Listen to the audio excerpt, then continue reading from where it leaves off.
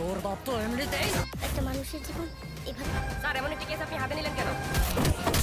বরবাদ এবং দাগি সিনেমার পর জংলি সিনেমাটিও দেখে নিলাম, তো জংলি সিনেমাটি কেমন হলো সেটা নিয়েই কথা বলবো আজকের ভিডিওতে। একটা পরিবারের বখাটে ছেলে যে ভালোবাসার জন্য কিভাবে নষ্ট হয়ে যায় এবং মানুষ থেকে কিভাবে জংলি হয়ে যায় সেই গল্পই দেখায় এই জংলি সিনেমাটি। তো সিয়াম আহমেদ অর্থাৎ জনি পরিবারের জন্য এবং ভালোবাসার জন্য কিভাবে জংলি হয়ে ওঠে সেই গল্প যদি দেখতে চান তাহলে আপনাকে এই সিনেমাটি সিনেমা হলে গিয়ে দেখে নিতে হবে। জংলি সিনেমার গল্পটা আমার খুবই ভালো লেগেছে। এই গল্পটা ইমোশন নিয়ে খেলা করে, যেটা আমাকে সারাক্ষণ ধরে রেখেছিল সিনেমা হলে বসে থাকতে, এবং একটু আমার এই সিনেমা দেখতে বোরিং ফিল হয়নি। এক কথায় বলা যায় এম রাহিম খুবই ভালো কাজ করেছে। এর আগে এম রাহিম সুরঙ্গ সিনেমায় রায়হান রাফির সাথে কাজ করেছিল, তো সে যে সুরঙ্গ সিনেমায় কাজ করেছিল তার যে প্রভাব একটু হলেও জংলি সিনেমাতে পড়েছে সেটা এর মেকিং দেখলেই বোঝা যায়, কারণ জংলি সিনেমাটা সে পারফেক্টলি করতে পেরেছে। জংলি সিনেমাটা নিয়ে তেমন একটা এক্সপেকটেশন ছিল না, তেমন বেশি এক্সপেকটেশন নিয়ে সিনেমা হলেও যায়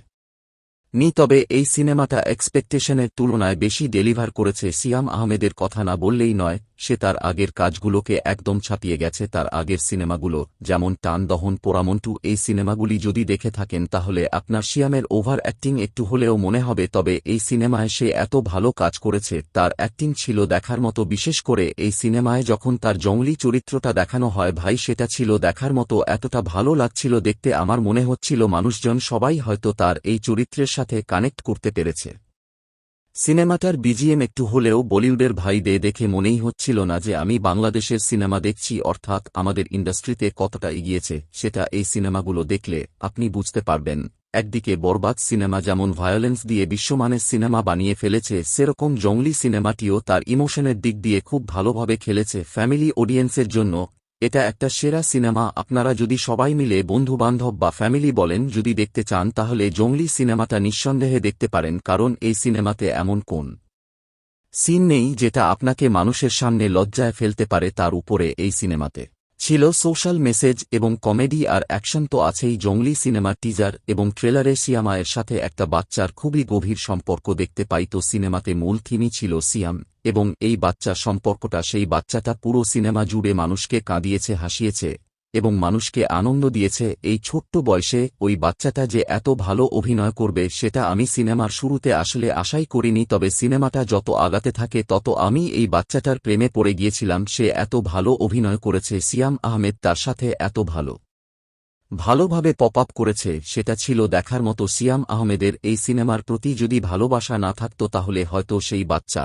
এবং সিয়াম আহমেদের মধ্যে এতটা ভালো সম্পর্ক সৃষ্টি হতো না। তাদের দুজনের পাশাপাশি বুবুলিও খুব সাবলীলভাবে অভিনয় করে গেছে। তাছাড়া যখন সিনেমা হলে বন্ধু গানটি চলতে থাকে দেখতেই অসাম লাগছিল। বুবুলি এবং সিয়ামের কেমিস্ট্রি। এই সিনেমায় মোট 6টা গান আছে, এই গানের জন্যই এই সিনেমাটা আরও বেশি এগোতে থাকে। গানগুলোকে খুবই সুন্দরভাবে প্রেজেন্ট করা হয়েছে এবং পারফেক্টলি বসানো হয়েছে। যেই জায়গায় গানগুলো দরকার সেই জায়গায় গানগুলোকে ব্যবহার করেছে। প্রথম দিকে তেমন একটা অ্যাকশন না দেখালেও ক্লাইম্যাক্সে যে অ্যাকশন দেখানো হয়েছে সেটা আমাদেরকে আসলে পুষিয়ে দিয়েছে। সিয়াম আহমেদ একদম শেষের দিকে গিয়ে 2030 মিনিট যে অভিনয় করেছে সেটা আপনাকে কাঁদাতে বাধ্য করবে। লাস্টের যে ইমোশনটা ছিল সেটা দেখে আমারই চোখ দিয়ে পানি বের হয়ে গিয়েছিল। সিনেমাটায় আমরা সিয়ামের 2টা চরিত্র দেখতে পাই, একটা হচ্ছে জনি এবং আরেকটা হচ্ছে জংলি। সিয়াম আহমেদ যখন জনির ক্যারেক্টারটা প্লে করছিল তখন সিনেমাটা তেমন ইন্টারেস্টিং লাগতেছিল না। যখন ভাই জঙ্গির অবতারে আসে তখন ভাবছিলাম আসলে তো আমরা এই সিয়ামকেই চাই। এই সিয়াম আসলে এতদিন কোথায় ছিল? তার অ্যাক্টিংটা যে এখান থেকে এইখানে উঠে গিয়েছিল এবং নান্টু ঘটকের সাথে যে তার এন্ট্রি ছিল সেটা ছিল ভাই দেখার মতো। আপনি সিনেমা হলে গেলে এই জিনিসটা অনেক এনজয় করতে পারবেন। আমি পার্সোনালি খুব বেশি এনজয় করেছি এই এন্ট্রি সিনটা। এই সিনেমাটা কিছু কিছু সত্য ঘটনা অবলম্বনে তৈরি করা হলেও একটা এখানে অনেকগুলো সিন দেখতে পাই যেখানে ইঁদুর দেখানো হয়েছে। সেই ইঁদুরগুলো দেখতে কেমন একটা খারাপ মনে হয়েছে। আর এই সিনেমার প্রথমে আমরা নেগেটিভ পয়েন্ট ছিল জনম জনম গানটা। তো এই 2টা দিক ছাড়া সিনেমাটা নিঃসন্দেহে ভালো। এই সিনেমাটায় অনেকগুলো অ্যাডভার্টাইজমেন্ট করা হয়েছে যেগুলো বিভিন্ন গানে দেখানো হয়েছে, যেটা মানুষকে তেমন একটা বিরক্ত করেনি। সেটা ছিল একটা ইউনিক দিক। আপনারা যদি দেখে থাকেন জংলি সিনেমাটা প্রমোশনের দিক দিয়ে সবার উপরে ছিল। তারা বিভিন্ন কন্টেন্ট ক্রিয়েটরদের সাথে যোগাযোগ করেছে, তাদের সাথে প্রমোশনাল ভিডিও বানিয়েছে কিন্তু সবশেষে এসে দেখলাম জংলি সিনেমা খুব বেশি একটা হলেই পাইনি। এখন কিসের কারণে জংলি সিনেমা হলো পেল না সেটা আসলে আমার জানা নেই, তবে গল্পের দিক দিয়ে সিনেমাটা সেরা ছিল। এই সিনেমাটা আসলে আরও বেশি হলো ডিজার্ভ করে। সিয়াম আহমেদ এই সিনেমার জন্য যেই পরিমাণ পরিশ্রম করেছে, এই সিনেমাটা যদি হিট না হতে পারে তাহলে হয়তো সেটা আমাদের ব্যর্থতা হবে।